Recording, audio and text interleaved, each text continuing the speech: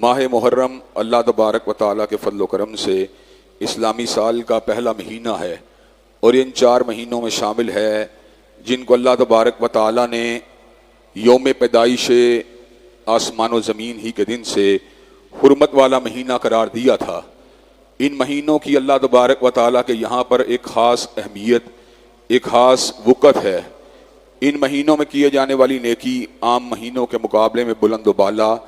اور ان مہینوں میں کیے جانے والے گناہ عام مہینوں کے مقابلے میں انتہائی زیادہ گرفت کا باعث ہیں۔ حضرات گرامی قدر، چنانچہ اللہ تبارک و تعالیٰ نے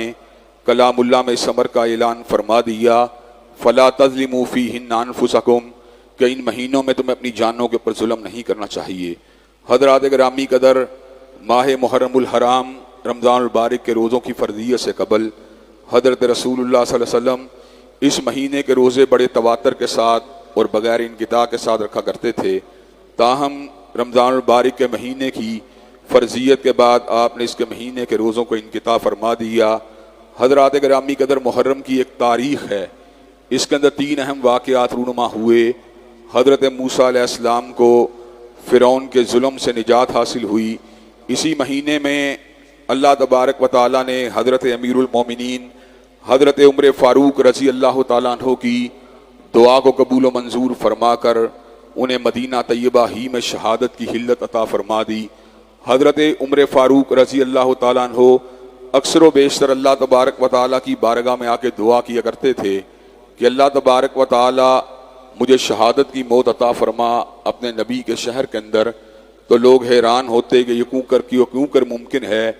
کہ ایک بندہ مہاد جنگ کے اوپر جائے بغیر حلت شہادت کو پہن لے، لیکن اللہ تبارک و تعالیٰ نے حضرت امیر المومنین حضرت عمر فاروق رضی اللہ تعالیٰ عنہ کی دعا کو قبول و منظور فرما لیا اور ان کو اسی مہینے کے اندر حلت شہادت عطا فرما دی۔ اس مہینے کا تیسرا اہم واقعہ سیدنا حسین رضی اللہ تعالیٰ عنہ کی شہادت کا سانحہ ہے، جس کی کسک آج بھی ہر مسلمان کے دل کے اندر موجود ہے۔ حضرات گرامی قدر، محرم الحرام کی حرمت اپنی جگہ پر، اس کے فضائل و مناقب اپنی جگہ پر، اور اس میں کیے جانے والے گناہوں کی گریوٹی اپنی جگہ پر ہے، لیکن حضرات گرامی قدر اس مہینے کا اہم ترین تقاضا یہ ہے کہ اس مہینے میں حب صحابہ کرام رضوان اللہ علیہ مجمعین کو یقینی بنایا جائے۔ اس کی وجہ یہ ہے کہ اس مہینے کے اندر ایک مخصوص طبقہ صحابہ کرام رضوان اللہ علیہ مجمعین کی شان اقدس کے اندر گستاخیاں کرتا رہتا ہے، انہیں طعن و تشنیع کا نشانہ بناتا رہتا ہے۔ حضرات گرامی قدر، صحابہ کرام رضوان اللہ علیہ مجمعین کو یہ اعزاز حاصل ہوا کہ انہوں نے نبی مہرباں کی اپنی آنکھوں سے زیارت کی اور جنت کے حقدار ٹھہرے۔ چنانچہ ہمیں صحابہ کرام رضوان اللہ علیہ مجمعین کا دفاع اس مہینے کے اندر بھرپور انداز سے کرنا چاہیے، اور اس حوالے سے کیے جانے والی کسی بھی گستاخی کو اور کسی بھی جو اس حوالے سے کی جانے والی بے ضابطگی کا بھرپور انداز میں نوٹس لینا چاہیے۔ چودھری پرویز الہی صاحب جس وقت اسپیکر تھے، انہوں نے ناموس صحابہ بل کو اس مہینے کے اندر ٹریول کروایا، جس کا ساتھ بہت سے علماء نے دیا۔ ہمارے اس مرکز کے اندر بھی پنجاب اسمبلی کے ایم پی آئے جنہوں نے ناموس صحابہ بل کو پروموٹ کرنے کے اندر اپنا کردار ادا کیا تھا۔ حضرات گرامی قدر، ہم آج بھی اسی نقطے کے اوپر کھڑے ہیں اور اس بات کو ببانگ دہل جو ہے ڈنکے کی چوٹ اس بات کا اعلان کر رہے ہیں کہ حضرات صحابہ کرام رضوان اللہ علیہ مجمعین کی گستاخی اور ان کی شان اقدس میں تنقیص کو کسی بھی طور پہ گوارا نہیں کیا جا سکتا، اس لیے کہ اگر حیار امت کی عزت محفوظ نہیں ہوگی تو کسی کی عزت بھی اس ملک کے اندر محفوظ نہیں رہ سکتی۔ حضرات گرامی قدر، چنانچہ اس مہینے کے اندر جو لوگ فضائل و مناقب اہل بیت کی آڑ کے اندر اور حب اہل بیت کی آڑ کے اندر حضرات صحابہ کرام رضوان اللہ علیہ مجمعین کی شان اقدس میں تنقیص کرنا چاہتے ہیں، ہم حکام وقت کے توسط سے ان کو پیغام پہنچا دینا چاہتے ہیں کہ ہر بات کو گوارا کیا جا سکتا ہے۔ حضرات گرامی قدر، میرے باپ کو کوئی گالی دے میں اس بات کو گوارا کر سکتا ہوں، میری ماں کو کوئی گالی دے میں اس بات کو بھی گوارا کر سکتا ہوں، میری بہن کو کوئی گالی دے میں اس بات کو بھی گوارا کر سکتا ہوں، میرے حسب و نسب کے اندر کوئی تان کرے مجھے یہ بات بھی گوارا ہے، لیکن حضرات گرامی قدر اس بات کو گوارا نہیں کیا جا سکتا کہ حضرات صحابہ کرام رضوان اللہ علیہ مجمعین کی شان و عظمت کے اندر کسی قسم کی تنقیص کی جائے۔ حضرات گرامی قدر، اس ضمن کے اندر میں یہ بات بھی کہہ دینا چاہتا ہوں کہ حضرت رسول اللہ کا ارشاد عالی ہے، خیر الناس کرنی بہترین لوگ میرے زمانے کے لوگ ہیں، ثم الذین یلونہم، اور پھر وہ لوگ بہترین ہیں جنہوں نے ان سے ملاقات کی، ثم الذین یلونہم، پھر وہ لوگ بہترین ہیں جنہوں نے ان سے ملاقات کی۔ چنانچہ ہمارے لیے صحابہ کرام رضوان اللہ علیہم اجمعین کی عظمت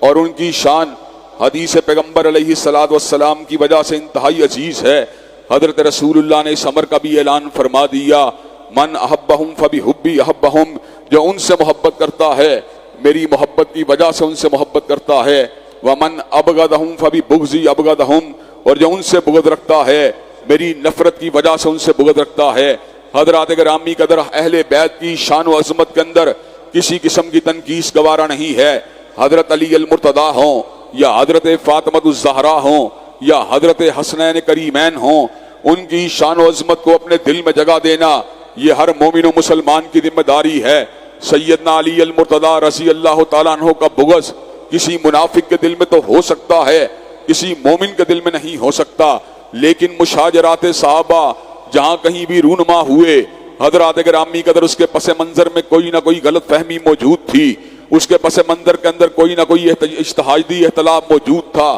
چنانچہ اجتہادی اختلافات کی وجہ سے ہونے والی ان لڑائیوں کو بنیاد بنا کر کسی کے ایمان کے اوپر حملہ کر دینا، اس بات کی کوئی گنجائش موجود نہیں ہے۔ حضرت علی المرتضیٰ کی شان اقدس سیدنا امیر معاویہ سے بہت بلند ہے، حضرت حسنین کریمین کی شان و عظمت سیدنا امیر معاویہ سے بہت بلند ہے، لیکن سیدنا امیر معاویہ متعین جنتی صحابی ہیں۔ حضرت رسول اللہ صلی اللہ علیہ وسلم نے حالت خواب میں اس لشکر کی زیارت کی تھی جس لشکر کو اللہ تبارک و تعالیٰ نے سمندروں کے اوپر بٹھا کر عیسائیوں کے خلاف جو تھا نقل و حرکت کے لیے روانہ فرما دیا۔ اس لشکر کے اندر حضرت ام حرام بنت ملحان بھی شامل تھی، جن کے گھر کے اندر حضرت رسول اللہ کو یہ رویا صالحہ آیا۔ حضرات گرامی قدر، حضرت ام حرام بنت ملحان جو تھی وہ واپسی کے اوپر جو تھی اپنی سواری کی پشت سے گری، وہ دنیا سے رخصت ہو گئی۔ حضرات گرامی قدر، حضرت امیر معاویہ رضی اللہ تعالیٰ عنہ نے لشکر کشی کی، مسلمانوں کے امیر البحر بنے۔ سیدنا امیر معاویہ شان و عظمت کے لحاظ سے سیدنا علی المرتضیٰ کی عظمت کا مقابلہ نہیں کر سکتے، سیدنا حسن و حسین کی عظمت کا مقابلہ نہیں کر سکتے، لیکن درجہ صحابیت کے اوپر فائز ہیں، کاتب وحی ہیں، حضرت رسول اللہ کے ساتھی ہیں، انہوں نے حضرت رسول اللہ کی زیارت کی ہے۔ اس لیے حضرت امیر معاویہ کی شان اقدس کے اندر بھی کسی قسم کی تنقیص کو گوارا نہیں کیا جا سکتا۔ عقل مند آدمی اپنے بزرگوں کی لڑائی کے اندر نیوٹرل رہتا ہے۔ میرا باپ اور میرا چچا آپس میں لڑ پڑے تو ایسا نہیں ہو سکتا میں اپنے چچا کو گالی دینا شروع کر دوں، تو حضرات گرامی قدر اس بات کے بھی امکانات موجود نہیں ہیں کہ میں سیدنا علی المرتضیٰ کی محبت کے اندر سیدنا امیر معاویہ رضی اللہ تعالیٰ عنہ کی شان اقدس کے اندر کسی قسم کی گستاخی کرنا شروع کر دوں۔ حضرات گرامی قدر، ایک مرتبہ حضرت رسول اللہ صلی اللہ علیہ وسلم اپنے منبر مبارک کے اوپر جلوہ افروز تھے، سامنے سے سیدنا حسن آ رہے تھے، سیدنا حسن کو ٹھوکر لگی، حضرت رسول اللہ صلی اللہ علیہ وسلم نے منبر مبارک سے نیچے اتر پڑے، آپ نے اس امر کا اعلان فرما دیا، ان ابنی ھذا سید، میرا یہ نواسہ سردار ہے، اللہ تبارک و تعالی اس نواسے کے ذریعے صلح کروائے گا کن لوگوں کے درمیان، فئتین عظیمتین من المومنین، مومنوں کے دو عظیم گروہوں کے درمیان، عظیم عظمت سے ہے، کبیر بڑائی سے ہوتا ہے۔ حضرت رسول اللہ نے مومنوں کے دو عظیم گروہوں کا ذکر کیا، اس کا مطلب یہ ہے سیدنا علی المرتضیٰ اور سیدنا امیر معاویہ کے درمیان مشاجرات کے ہو جانے کے باوجود، تلواروں کے چل جانے کے باوجود، وَإِن طَائِفَتَانِ مِنَ الْمُؤْمِنِينَ اقْتَتَلُوا کی آیت کے تحت حضرت امیر معاویہ جو تھے وہ مومن رہے۔ بغاوت کا اس دور کے اندر آپ ان کے بارے میں اجتہادی اعتبار سے یہ بات کہہ سکتے ہیں کہ انہوں نے امیر المومنین کے خلاف بغاوت کی تھی، لیکن بغاوت جو ہے اس سے ایمان کا نقص واقع نہیں ہوتا، اور حضرت امیر معاویہ رضی اللہ تعالیٰ عنہ کا انتقال اس دنیا کے اندر رہتے ہوئے حالت بغاوت میں نہیں ہوا بلکہ حالت صلح میں ہوا ہے۔ سیدنا حسن نے سیدنا امیر معاویہ سے صلح کر کے اس بات کو واضح کر دیا کہ حسن کی نگاہ دنیا کی سرداری کے اوپر نہیں ہے، دنیا کی زیب و زینت کے اوپر نہیں ہے، دنیا کی جاو و عشمت کے اوپر نہیں ہے، بلکہ حسن کی نگاہ اگر ہے تو آخرت کی سرداری کے اوپر ہے، جنت کی قیادت کے اوپر ہے۔ حضرات گرامی قدر، سیدنا امیر معاویہ دنیا سے امیر المومنین کی حیثیت سے رخصت ہوئے۔ انما الاعمال بالخواتیم، اعمال کا دار و مدار ہاتھوں کے اوپر ہے۔ تلواروں کے چل جانے کے ایام کے اندر وہ مومن تھے، تلواروں کے چل جانے کے بعد، صلح ہو جانے کے بعد ان کے پر یہ تان بھی نہیں کیا جا سکتا۔ حضرات گرامی قدر مجھے ایک بات بتلائیے، مجھے سیدنا علی المرتضیٰ سے محبت ہے، مجھے سیدنا علی المرتضیٰ سے پیار ہے، مجھے سیدنا علی المرتضیٰ سے عقیدت ہے،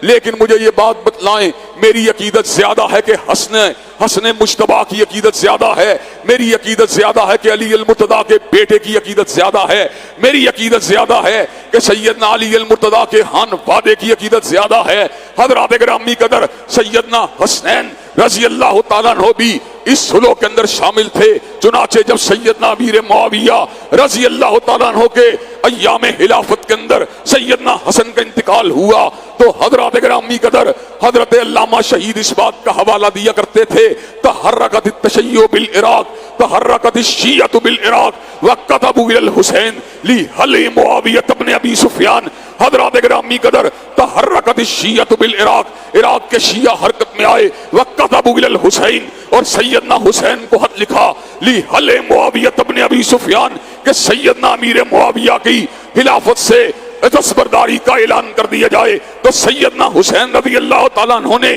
حضرت رسول اللہ کے جلیل القدر فرزند اور آپ کے نواسے ہونے کے ناطے بڑا ہی عجیب جواب دیا۔ آپ نے اعلان فرما دیا انا بیننا و بین معاویہ عہد، ہمارے اور امیر معاویہ کے درمیان آپس کے اندر ایک عہد موجود ہے، اور حسین جو ہے وہ وعدہ خلاف نہیں ہو سکتا، حسین عہد شکن نہیں ہو سکتا، حسین وعدے کو توڑنے والا نہیں ہو سکتا۔ حضرات گرامی قدر بات کرنے کا مقصود اور مطلوب یہ ہے کہ حضرات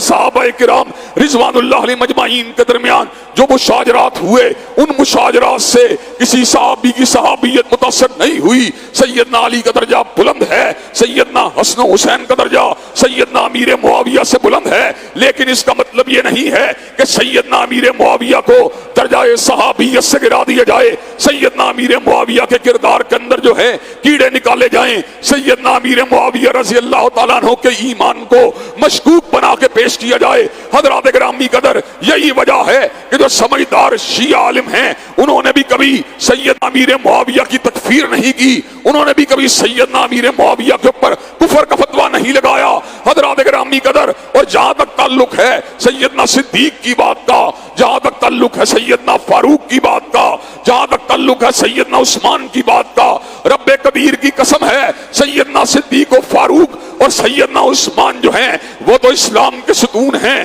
وہ تو اسلام کی عمارت کی بنیادیں ہیں۔ حضرات گرامی قدر سیدنا صدیق حضرت رسول اللہ کے وہ صحابی ہیں کہ جن کے بارے میں حضرت رسول اللہ نے صبر کا اعلان فرما دیا، ما ینبغی لقوم ان یکون فیہم ابو بکر ان یؤمہم غیرہ، جس قوم کے اندر ابو بکر موجود ہو اس قوم کے اندر ابو بکر کے ہوتے ہوئے کوئی دوسرا مصلی امامت کے اوپر کھڑا نہیں ہو سکتا۔ حضرات گرامی قدر حضرت امیر المومنین سیدنا فاروق اعظم وہ ہیں جن کے بارے میں اس امر کا اعلان فرما دیا گیا اگر میرے بعد کوئی نبی ہوتا تو عمر ہوتا، اور حضرات گرامی قدر سیدنا ذوالنورین وہ ہیں جن کے بارے میں سیدنا علی المرتضیٰ نے کہا تھا، حوالہ شیعہ کتابوں کے اندر بھی موجود ہے، قد نلت من سحرہ ما لم ینالا، کہ حضرت رسول اللہ صلی اللہ علیہ وسلم کی ایک بیٹی کسی کے عقد میں آ جانا بھی بڑی بات ہے، لیکن آپ کو یہ اعزاز حاصل ہوا کہ جو پوری تاریخ انسانیت میں کسی کو حاصل نہیں ہوا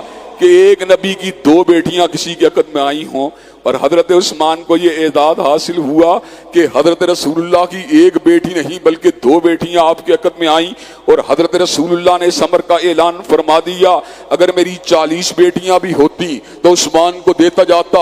اور ان کے نکاح میں ان کو دیتا جاتا اور انکار نہ کرتا۔ حضرات گرامی قدر ہم اس بات کو سمجھتے ہیں کہ سیدنا صدیق و فاروق اور سیدنا عثمان جو ہیں وہ ہمارے دل کی دھڑکن ہیں، سیدنا علی المرتضیٰ ان سے ہمیں پیار ہے اس لیے کہ آپ اسد اللہ الغالب ہیں، آپ فاتح حیبر ہیں، آپ قاتل مرہب ہیں، آپ اللہ تبارک و تعالیٰ کے ولی ہیں۔ حضرات گرامی قدر آپ چوتھے امیر المومنین ہیں، آپ وقت کے امام اور وقت کے لیڈر تھے۔ حضرات گرامی گرامی قدر آپ نے اسلام کی نشر و اشاعت اور اللہ کی بندگی کے لیے اپنے آپ کو وقف کیے رکھا. ہم ان صحابہ کرام کی شان اقدس میں کسی قسم کی تنقید کو گوارا نہیں کرتے، لیکن ساتھ ہی یہ بات بھی کہہ دینا چاہتے ہیں کہ حضرات صحابہ کرام رضوان اللہ علیہ مجمعین کی شان کے اندر کسی تنقید کو بھی گوارا نہیں کیا جا سکتا. جو حکمرانان وقت کا موضوع میں نے آپ کے سامنے شروع کیا ہوا تھا، اس کے اندر بھی میں نے اس بات کو آپ کے سامنے رکھا تھا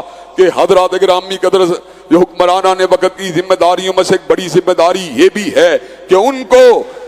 شاعر اللہ کا دفاع کرنا چاہیے، اور شاعر اللہ کے دفاع میں سب سے پہلے حضرت رسول اللہ کی حرمت کا مسئلہ ہے، اور حضور علیہ السلام کی حرمت کے بعد صحابہ کرام رضوان اللہ علیہ مجمعین کی حرمت کا مسئلہ ہے. حضرات گرامی قدر یہ آج سے کئی برس قبل کی بات ہے جب شیعوں کے مقتدر لیڈر علامہ سید ساجد علی نقوی کو ایک پروگرام میں میرے ہمراہ بلایا گیا. محمد مالک نے جیو ٹی وی کے پروگرام کے اندر مجھے بھی ان کے ساتھ بلایا. حضرات گرامی قدر اس وقت شیعہ سنی تنازعات کی جڑ کو پکڑنے کے حوالے سے گفتگو کی گئی. حضرات گرامی قدر جب میری باری آئی تو میں نے سید ساجد علی نقوی صاحب کے سامنے اس بات کو رکھا کہ ہمارا اور شیعوں کے درمیان جو اختلاف ہے، کسی مسئلے کے پر اختلاف کا ہو جانا کوئی بڑی بات نہیں ہے. اگر آپ تفضیل علی کی بات کرتے ہیں تو آپ دلائل دے سکتے ہیں، ہم تفضیل صدیق و فاروق و عثمان کی بات کریں گے، ہم بھی دلائل دے سکتے ہیں. حضرات گرامی قدر لیکن اس سے ہمارے آپس کے درمیان کوئی تنازع پیدا نہیں ہوتا.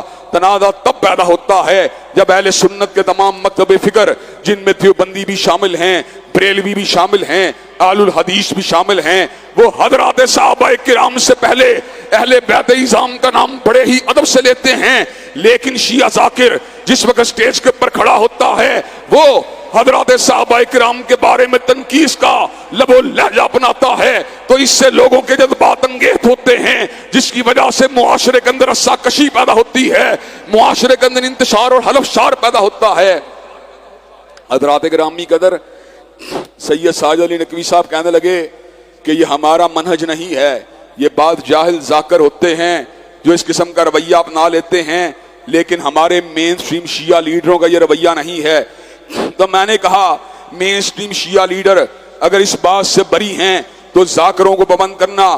یہ بھی انہی کی ذمہ داری ہے. ذاکروں کو اہل سنت کے علماء تو پابند نہیں کر سکتے. آپ کو چاہیے کہ آپ اہل سنت کے علماء کے حوالے سے جہاں پر آپ نے اپنے معافی ضمیر کا اظہار کیا، وہیں پر صحابہ کرام رضوان اللہ علیہ مجمعین کی شان و عظمت کے حوالے سے بھی آپ کو کھل کے اپنے موقف کو بیان کرنا چاہیے. وہ کہنے لگے وہ کس طرح ہو سکتا ہے، میں کہا محرم الحرام کے ایام آئیں گے، آپ مجھے امام بارگاہ میں بلائیے، میں سیدنا علی المرتضیٰ اور سیدنا صدیق و فاروق کے، سیدنا علی المرتضیٰ اور سیدنا حسن و حسین کی فضیلت کو بیان کروں گا. جس وقت سیدنا امیر المومنین سیدنا صدیق اکبر کی وفات کا دن آئے گا، یا سیدنا فاروق کی شہادت کا دن آئے گا، یا سیدنا عثمان کی شہادت کا دن آئے گا، آپ بھی ہماری مسجد میں آ کر صدیق و فاروق اور عثمان کے اوصاف کو بیان کیجئے. حضرات گرامی قدر میں نے یہ بات کہی لیکن سید ساجد علی نقوی صاحب اس بات کا جواب نہیں دے سکے. حضرات گرامی قدر اللہ تبارک و تعالیٰ کے فضل و کرم سے اہل سنت کا موقف جو ہے وہ لوہا توڑ ہے. اہل سنت کا موقف ہمالیہ سے زیادہ بلند ہے. اہل سنت کا موقف سمندروں کی گہرائی سے زیادہ اونچا ہے. حضرات گرامی قدر حضور کی سیرت مکمل نہیں ہو سکتی فقط اہل بیت کی گواہی کے ساتھ. حضور کی سیرت مکمل نہیں ہو سکتی فقط صحابہ کی گواہی کے ساتھ. ریاض حسین نجفی صاحب کے ساتھ یہاں پر لاہور کے اندر ایک بہت بڑے ہوٹل کے اندر حضرات گرامی قدر مذاکرہ ہوا. سما ٹی وی کے اوپر بعد میں مذاکرہ نشر ہوا. ریاض حسین نجفی صاحب نے یہ بات کہی ہمارا منہج اعلیٰ ہے اس لیے کہ آپ یاروں کی بات کرتے ہیں، ہم گھر والوں کی بات کرتے ہیں. پنجاب یونیورسٹی کے طلباء نے کلیپنگ کی. حضرات گرامی قدر میری باری آئی، میں نے کہا نجفی صاحب اگر آپ کی بات درست ہوتی اور آپ کی بات مکمل ہوتی تو آپ کی بات کے اوپر سیرا چڑھانا چاہیے تھا، لیکن آپ کی بات نامکمل ہے. حضرات گرامی قدر میں نے کہا اہل سنت جو ہیں فقط صحابہ کی بات نہیں کرتے بلکہ گھر والوں کی بات بھی کرتے ہیں. جب حضور گھر میں تھے تو گواہی اماں عائشہ نے دی ہے، جب حضور گھر میں تھے تو گواہی سیدہ فاطمہ نے دی ہے، جب حضور گھر میں تھے تو گواہی سیدنا حسن و حسین نے دی ہے، لیکن جب حضور غار میں تھے تو گواہی سیدنا صدیق نے دی ہے، جب حضور سفر میں تھے تو گواہی سیدنا فاروق نے دی ہے. حضرات گرامی قدر جب میں گھر میں تھا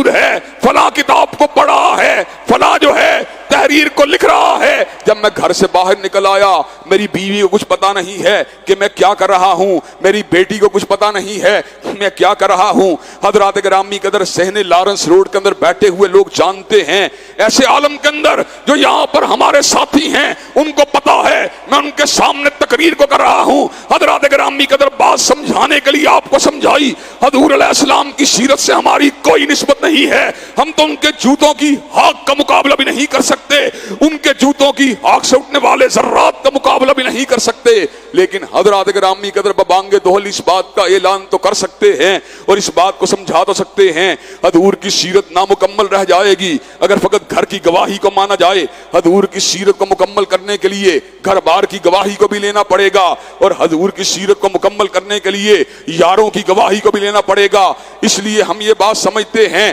اہل بیت کے ساتھ ساتھ حضور کی سیرت کے بیان کے لیے صحابہ کرام کی بھی ضرورت ہے۔ اسی لیے امت کی تیسری بڑی محدثہ میری ماں، آپ کی ماں امی عائشہ ہے، جو اہل بیت کی سیدات میں شامل ہے۔ حضرات گرامی قدر اور سب سے بڑے راوی امت کے اندر حضرت ابو ہریرہ اور ان کے بعد عبداللہ ابن عمر ہیں، جو اہل بیت میں شامل نہیں بلکہ حضور کے یاروں میں شامل ہیں۔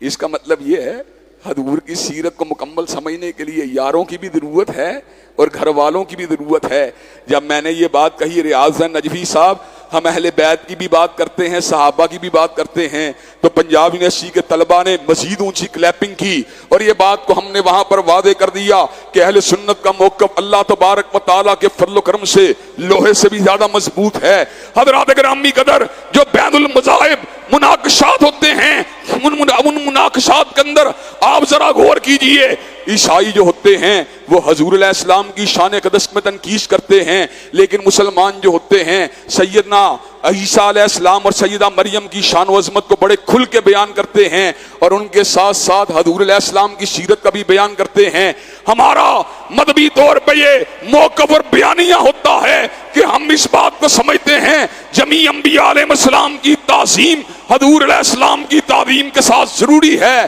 لیکن حضور کی تعظیم باقی انبیاء کی تعظیم کے ساتھ بھی ضروری ہے۔ اسی طرح ہمارا حضرات صحابہ کرام کے بارے میں وہی موقف ہے کہ تم سیدنا علی کی بات تو کرتے ہو لیکن باقی صحابہ کی تنقید کیوں کرتے ہو؟ حضرت علی المرتضیٰ کی شان اقدس کو تو بیان کیا جائے گا، لیکن جو ساتھ ساتھ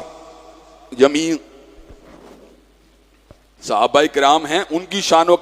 عظمت کو بھی بیان کرنے میں کوئی کمی نہیں کی جائے گی۔ حضرات گرامی قدر چلتے چلتے اس حوالے سے بھی یہ بات کہہ دینا چاہتا ہوں کہ اہل تشیع کا موقف تو اپنی جگہ پر ہے، ان کی کتابیں ان کا لٹریچر تو اپنی جگہ پر ہے، اس کو پڑھنا پڑھانا وہ تو ان کا اپنا کام ہے، لیکن بعض لوگ نام نہاد سنی بن کر شیعہ نوازی کے اوپر پوری شد و مت کے ساتھ کاربند نظر آتے ہیں۔ ان لوگوں میں سے بدنام زمانہ، رسوائے زمانہ اور ملت کی پشت کے اوپر خنجر مارنے والا اور ملت کی عظمت کو داغدار کرنے والا اور صحابہ کرام کی تنقید کرنے والا اور معاشرے کے اندر صحابہ کرام کی نفرت کے بیج بونے والا اور صحابہ کرام رضوان اللہ علیہ مجمعین کو لیٹ ڈاؤن کرنے والا جو ہے محمد علی جیلمی مرزا، جو ہے وہ جیلم میں بیٹھا ہوا ہے، خفیہ ہاتھ اس کے پیچھے ہیں جو اس کو دھکا دیتے ہیں کہ معاشرے کے اندر حلف شار کو پھیلاؤ، معاشرے کے اندر انتشار کو پھیلاؤ۔ وہ آئے دن لب کشائی کرتا ہے، صحابہ کی شان و عظمت کے بارے میں ان کے مقام کو گھٹاتا ہے اور ان کے بارے میں لوگوں کے ذہن میں تشکیک کی آبیاری کرتا ہے۔ حضرات گرامی قدر صحابہ کرام کی شان و عظمت کو بیان کرتے کرتے جہاں پر ہم اہل سنت کی نقابت کرنا چاہتے ہیں، وہیں پر مرزا محمد علی جیلمی جیسے رسوائے زمانہ اور وقت کے ذلیل ترین انسان کو یہ بات کا پیغام بھی دے دینا چاہتے ہیں، تیرا زہر اپنی جگہ پر ہے لیکن تیرے زہر کا تریاق کتاب و سنت کی روشنی میں کیا جائے گا۔ تیرے زہر کا تریاق جو ہے اللہ تبارک و تعالیٰ کے فضل و کرم سے تاریخ صحابہ کی روشنی میں کیا جائے گا، اور اس بات کو ببانگ دہل بیان کیا جائے گا جب تک ایک سنی بھی زندہ ہے، جب تک ایک اہل سنت کا فرزند بھی زندہ ہے، انشاءاللہ صدیق کی صداقت کے ڈنکے بجتے رہیں گے، فاروق کی عدالت کے نعرے لگتے رہیں گے، ذوالنورین کی صحابت کے جھنڈے اٹھتے رہیں گے، علی المرتضیٰ کی شجاعت کا پھریرا لہراتا رہے گا، سیدنا امیر معاویہ کے تدبر اور ان کی خلافت اور ان کی صحابیت کا دفاع ہوتا رہے گا۔ کوئی جلنے والا جلتا رہے، انشاءاللہ ہم آگے بات کو بیان کرتے رہیں گے۔ حضرات گرامی قدر، چنانچہ محرم الحرام کے اندر ہونے والے اہم تاریخی واقعات کے ساتھ ساتھ حب صحابہ کا پرچار اس مہینے کے اندر انتہائی ضروری ہے۔ صحابہ کرام کا ایمان اگر مشکوک ہو جائے تو حضرات گرامی قدر ہم سیرت النبی سے کٹ کے رہ جائیں گے، اس لیے کہ صحابہ کی صداقت اور دیانت کے اوپر ہمیں اعتماد ہے اور انہی کے ذریعے ہم تک دین پہنچا ہے۔ اللہ تبارک و تعالیٰ میں صحیح معنوں میں صحابہ کرام رضوان اللہ علیہ مجمعین کی محبت، ان کا احترام اور ان کی عقیدت نصیب فرمائے۔ وآخر دعوانا الحمدللہ رب العالمین۔ الحمدللہ نحمدہ ونستعینہ ونستغفرہ ونؤمن بہ ونتوکل علیہ ونعوذ باللہ من شرور انفسنا ومن سیئات اعمالنا، من یہدہ اللہ فلا مضل لہ ومن یضلل فلا ہادی لہ، واشہد ان لا الہ الا اللہ واشہد ان محمدا عبدہ ورسولہ، اما بعد فإن خیر الحدیث کتاب اللہ وخیر الہدی ہدی محمد صلی اللہ علیہ وسلم وشر الامور محدثاتها وکل محدثۃ بدعہ وکل بدعۃ ضلالہ وکل ضلالۃ فی النار۔ حضرات گرامی قدر، صحابہ کرام رضوان اللہ علیہ مجمعین معیار ایمان ہیں، صحابہ کرام رضوان اللہ علیہ مجمعین سیرت النبی کے ترجمان ہیں، صحابہ کرام رضوان اللہ علیہ مجمعین سیرت النبی کے شاہد ہیں، اور صحابہ کرام رضوان اللہ علیہ مجمعین کے ایمان پر شک کرنا در حقیقت اپنے ایمان کو خود مشکوک کرنے والی بات ہے۔ حضرت رسول اللہ نے اس امر کا اعلان فرما دیا، خیر الناس قرنی ثم الذین یلونہم ثم الذین یلونہم، بہترین لوگ وہ ہیں جنہوں نے میرے زمانے کو پایا، اور پھر وہ لوگ بہترین ہیں جنہوں نے ان کی زیارت کی، اور پھر وہ لوگ بہترین ہیں جنہوں نے ان کی زیارت کی۔ اللہ تبارک و تعالی ہمیں حضرات صحابہ کرام رضوان اللہ علیہ مجمعین سے محبت کی توفیق عطا فرما دے۔ حضرات گرامی قدر، ساتھ ہی ساتھ میں اس بات کو بھی آپ حضرات کے گوش گزار کرنا چاہتا ہوں کہ حضرت رسول اللہ صلی اللہ علیہ وسلم نے جب حضرت موسیٰ علیہ السلام کی نجات کے دن یہودیوں کو روزہ رکھتے ہوئے دیکھا تو آپ نے یہ بات کہی، ہم موسیٰ علیہ السلام کے زیادہ حقدار ہیں، ان سے زیادہ محبت ہمیں ہے۔ چنانچہ آپ نے بھی اس دن کا خود بھی روزہ رکھا اور اپنی امت کے لوگوں کو بھی روزہ رکھنے کی تلقین کی، اور ساتھ ہی سمر کا بھی اعلان فرما دیا کہ عاشور کا روزہ گزشتہ 1 برس سے گناہوں کا کفارہ ہوگا۔ آپ نے اپنے انتقال پرملال سے 1 سال قبل اس بات کا اعلان فرما دیا، اگر میں اگلے برس زندہ رہا تو یہود کی مخالفت کے اندر 9 کا روزہ رکھوں گا۔ حضرات گرامی قدر، علماء کی جماعتیں اس حدیث کی تفہیم کے اندر 2 حصوں میں تقسیم ہوئیں۔ بعض علماء نے اس بات کا گمان کیا کہ شاید حضرت رسول اللہ نے 10 کے روزے کو منسوخ کر کے 9 کے ذریعے اس کو تبدیل کر دیا ہے، جبکہ علماء کی دوسری جماعت اس بات پہ رہی کہ حضرت رسول اللہ نے در حقیقت 10 کے ساتھ 9 کے روزے کو ملانے کا ارادہ فرمایا تھا۔ امت کے اندر بڑی تعداد میں جمہور علماء، بڑی تعداد میں علماء 9 اور 10 کے روزے کو جمع کرنے کی حمایت میں رہے، اور بعض علماء نے 10 کی بجائے 9 کے روزے کو رکھنے کی تلقین کی۔ چنانچہ ہمیں 10 اور 9 کا روزہ رکھنا چاہیے، اس سے انشاءاللہ ہمارے 1 برس گزشتہ کے گناہ جو ہیں وہ معاف ہو جائیں گے۔ ایک تیسرا موقف بھی ہے جو ان دونوں موقفوں کے مقابلے میں کمزور ہے، لیکن اس کی بھی تائید کے اندر علماء کی ایک جماعت موجود ہے۔ اگر بندہ 9 کا روزہ مس کر جائے اور 10 کا روزہ رکھ لے تو یہود سے محالفت کے لیے 11 تاریخ کا روزہ بھی ساتھ رکھا جا سکتا ہے۔ اللہ تبارک و تعالی ہم سب کو حضرات صحابہ کرام کی محبت کے ساتھ ساتھ یوم عاشور کا روکنے کی بھی توفیق دے۔ ان اللہ یامر بالعدل والاحسان وایتاء ذی القربى وینہی عن الفحشاء والمنکر والبغی سبحان ربک رب العزۃ عما یصفون والسلام علی المرسلین والحمد للہ رب العالمین۔